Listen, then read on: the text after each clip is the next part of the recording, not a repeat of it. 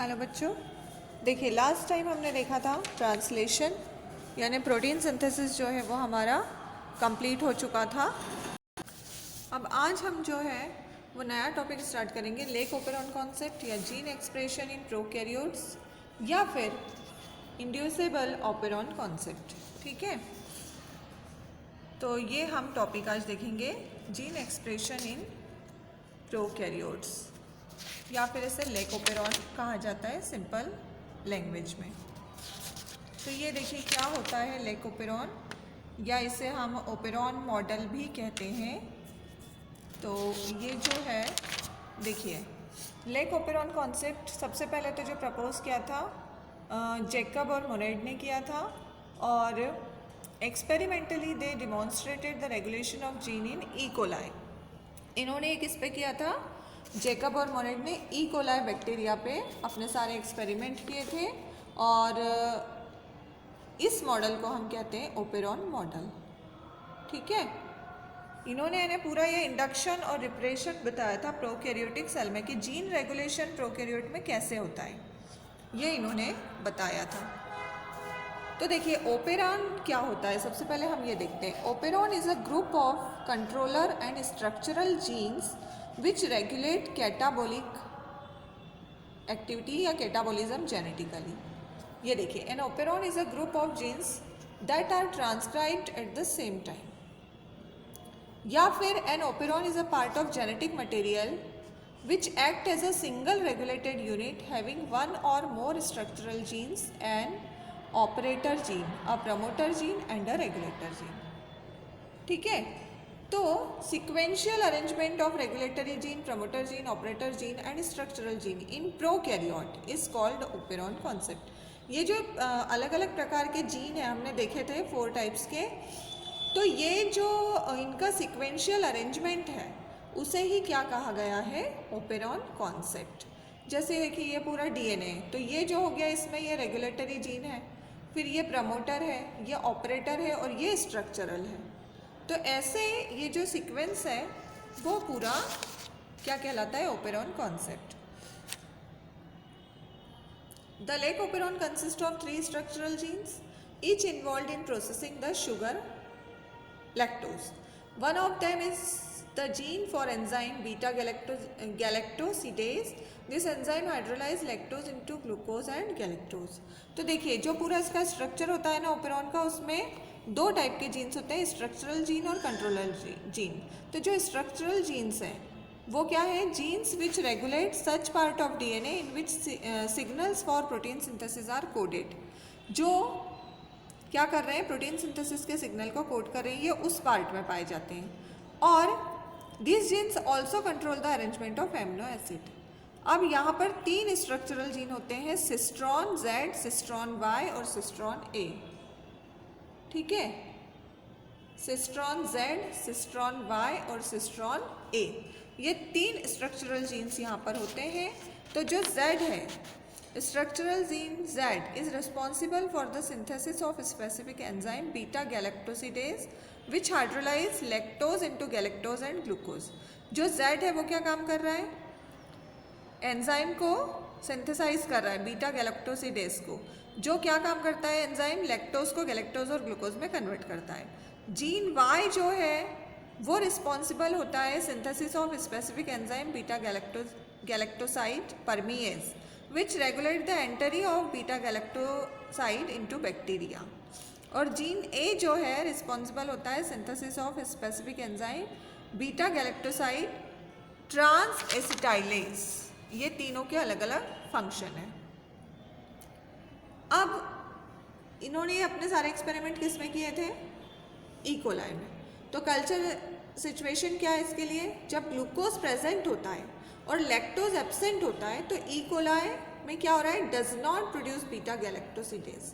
यानी जब glucose present होगा और लैक्टोज एब्सेंट है तो उनमें ये बीटा गैलेक्टोसिडेज का प्रोडक्शन नहीं होगा। And when glucose is absent and lactose is present तो E coli produces beta galactosidase. ये समझ में आया आपको? ग्लूकोज जब प्रेजेंट होगा और लैक्टोज एब्सेंट होगा तो ये नहीं बनेगा, और जब ग्लूकोज एब्सेंट है लैक्टोज प्रेजेंट है तो ये बनेगा। E. coli can use either glucose which is a monosaccharide और lactose which is disaccharide. ये दोनों यूज करते हैं, या तो ग्लूकोज या लैक्टोज. ग्लूकोज मोनोसेक्राइड है, लैक्टोज क्या है, disaccharide. The lactose needs to be hydrolysed first into glucose and galactose. लेकिन लैक्टोज को पहले किस में कन्वर्ट होना पड़ेगा, ग्लूकोज और गैलेक्टोज में. तो अब देखिए यहाँ पर क्या हो रहा है कि जो प्रमोटर जीन है, प्रमोटर जीन का क्या फंक्शन है, is the site for attachment of RNA polymerase 2. ये क्या कर रहे हैं, जहाँ पर आरएनए पॉलीमरेज 2 आके अटैच हो रहा है. It promote the structural genes to transcribe through operator gene.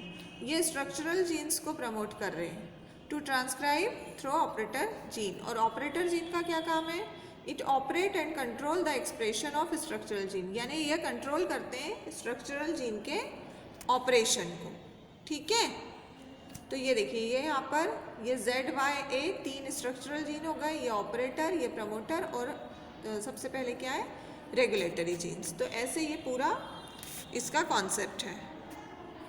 अब रेगुलेटर जीन क्या कर रहे हैं, regulate the operator gene incorporate with repressor chemical. और स्ट्रक्चरल जीन्स जो हैं ये 3 मैंने आपको बताए. ZYA ये codes for enzyme beta galactosidase, ये coded for lactose permease and coded for enzyme thiogalactoside transacetylase. ये तीनों के फंक्शंस हैं अलग अलग. तो ये जो है सब अलग अलग यहाँ पर काम कर रहे हैं. ठीक है, तो यहाँ पर ये देखिए जो एक्चुअल में हम क्या पढ़ रहे हैं, हम क्या पढ़ रहे हैं, जीन रेगुलेशन, कि जीन का रेगुलेशन जो है वो कैसे होता है. तो जीन का जो रेगुलेशन है ना वो 2 एक्टिविटी से होता है, या तो इंडक्शन या रिप्रेशन. तो इंडक्शन का मतलब क्या है, देखिए ई कोलाई में हम क्या बोल रहे हैं कि बीटा गैलेक्टोसिडेज का सिंथेसाइज जो है वो किससे हो रहा है, लैक्टोज को ये कर रहा है कन्वर्ट ग्लूकोज और गैलेक्टोज में. तो यदि हम सेल को, जो ई कोलाई की सेल को हम ऐसे मीडियम में ग्रो करें जिसमें लैक्टोज प्रेजेंट है, ठीक है, तो क्या होगा, यहाँ पर क्या क्या बनेंगे, 3 एंजाइम बनते हैं जिनके हमने अभी नाम लिए थे, बीटा गैलेक्टोसिडेज, बीटा गैलेक्टोसाइड परमिएज और बीटा गैलेक्टोसाइड ट्रांसएसिटाइलेज. तो यदि लैक्टोज शुगर को हमने मीडियम में नहीं मिलाया, यानी लैक्टोज एब्सेंट है, तो जो अमाउंट है बीटा गैलेक्टोसिडेज का वो कम हो जाएगा. ठीक है, but as soon as lactose is added the production of enzyme is increased as much as 10,000 time. यानी जैसे ही हमने उसमें लैक्टोज मिलाया तो एंजाइम का प्रोडक्शन जो है वो 10,000 टाइम बढ़ जाएगा. And lactose sugar has acted as inducer activating the specific gene to synthesise. यानी यहाँ पर जो लैक्टोज है वो क्या काम कर रही है, इंड्यूसर का काम कर रही है. तो इसलिए इस प्रोसेस को हमने क्या कहा, इंडक्शन. और दूसरा जो होता है रिप्रेशन होता है. तो रिप्रेशन में क्या होता है कि कुछ जीन्स का जो एक्शन है वो इनिबिट या रिप्रेस हो जाता है जब हम उसमें कोई मेटाबोलाइट मिलाते हैं. तो इसमें क्या हो रहा है, देखिए कि the process of turning off expression of sets of genes is called repression. यानी जब कोई चीज़ एक्सप्रेस नहीं हो पाती है, बंद हो जाती है, तो उसे हम क्या बोल रहे हैं, रिप्रेशन. तो ऐसे एंजाइम जिनके सिंथेसाइज के कारण कोई एंजाइम अपने आप को क्या कर रहा है, रिप्रेस कर रहा है, तो उसे हम रिप्रेसिबल सिस्टम कहते हैं. और यदि उसके लिए कोई जीन रिस्पॉन्सिबल है तो वो रिप्रेसिबल जीन कहलाएगा. ठीक है, तो ऐसे ये 2 प्रकार से हो रहा है. तो यहाँ पर हम देखते हैं कि कैसे हो रहा है. यदि एब्सेंस है लैक्टोज का तो क्या हो रहा है, देखिए यहाँ पर क्या है, बीटा गैलेक्टोसिडेज नहीं बनेगा, यानी नो ट्रांसक्रिप्शन. ठीक है, ये नीला आ रहा है.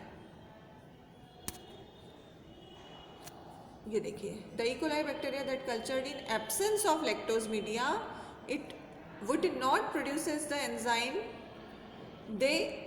That necessary for the lactose metabolism. ये बनाएगा ही नहीं जो कि लैक्टोज मेटाबॉलिज्म के लिए ज़रूरी है. तो यहाँ पे देखिए ये क्या हो रहा है, ओपेरॉन का रिप्रेशन हो रहा है और यहाँ पर कोई ट्रांसक्रिप्शन हो ही नहीं रहा है. ठीक है, क्लियर है. यहाँ पर जब ये नहीं है लैक्टोज तो यहाँ पर रिप्रेशन वाली स्थिति आ रही है. In this condition structural genes are in switched off, यानी इनका कोई काम ही नहीं है स्ट्रक्चरल जीन्स का। In absence of lactose the repressor protein synthesise by regulatory gene bind to operator gene, जो रिप्रेसर प्रोटीन बनाए वो ऑपरेटर जीन पे बाइंड हो जाएगा। This block the RNA polymerase 2 to transcribe structural gene, तो ये यहाँ, ये देखिए ये यहाँ पे आके बाइंड हो गया, तो ये जो है आरएनए पॉलीमरेज 2 ये स्ट्रक्चरल जीन तक नहीं पहुँच पाएगा। Hence enzymes are not produce, इसलिए एंजाइम बनेगा ही नहीं। और यदि प्रेजेंस है, लैक्टोज जो है वो प्रेजेंट है, तो अब क्या हो रहा है, देखिए लैक्टोज प्रेजेंट है तो ये आरएनए पॉलीमरेज यहाँ आया, इसने इसको प्रमोट किया और यहाँ पे देखिए तीनों जो एंजाइम है वो बन रहे हैं। यहाँ पे ये Z से बीटा गैलोक्सिडेज, यहाँ पे परमीएज और यहाँ पे एसिटाइलेज, तो ये तीनों जो है बन रहे हैं जब लैक्टोज प्रेजेंट है। तो ये देखिए presence of lactose media it produces the enzyme beta galactosidase it is necessary for lactose metabolism, जो कि लैक्टोज मेटाबॉलिज्म के लिए ज़रूरी होता है। तो जैसे ही ये प्रेजेंट है तो ओपेरॉन में सारी चीज़ें प्रॉपर चल रही है, प्रॉपर डायरेक्शन में चल रही है और ये तीनों के तीनों एंजाइम जो है वो बन रहे हैं। तो ये क्या हो गया, इंडक्शन वाला स्टेप आ गया कि यहाँ पर ये जो लैक्टोज की प्रेजेंस है वो रिएक्शन को इंड्यूस कर रही है। तो यहाँ पर ये जो स्ट्रक्चरल जीन है वो स्विच्ड ऑन रहेंगे, ठीक है। In presence of lactose the repressor protein synthesise by regulator gene binds to lactose molecule, it forms repressor inducer complex. The inactive repressor complex does not bind to operator gene. The RNA polymerase to transcribe structural genes to produce enzyme, यानी इस condition में जो RNA polymerase यहाँ जुड़ा था वो transcribe कर रहा है स्ट्रक्चरल जीन्स को, क्या प्रोड्यूस करने के लिए, एंजाइम्स को प्रोड्यूस करने के लिए।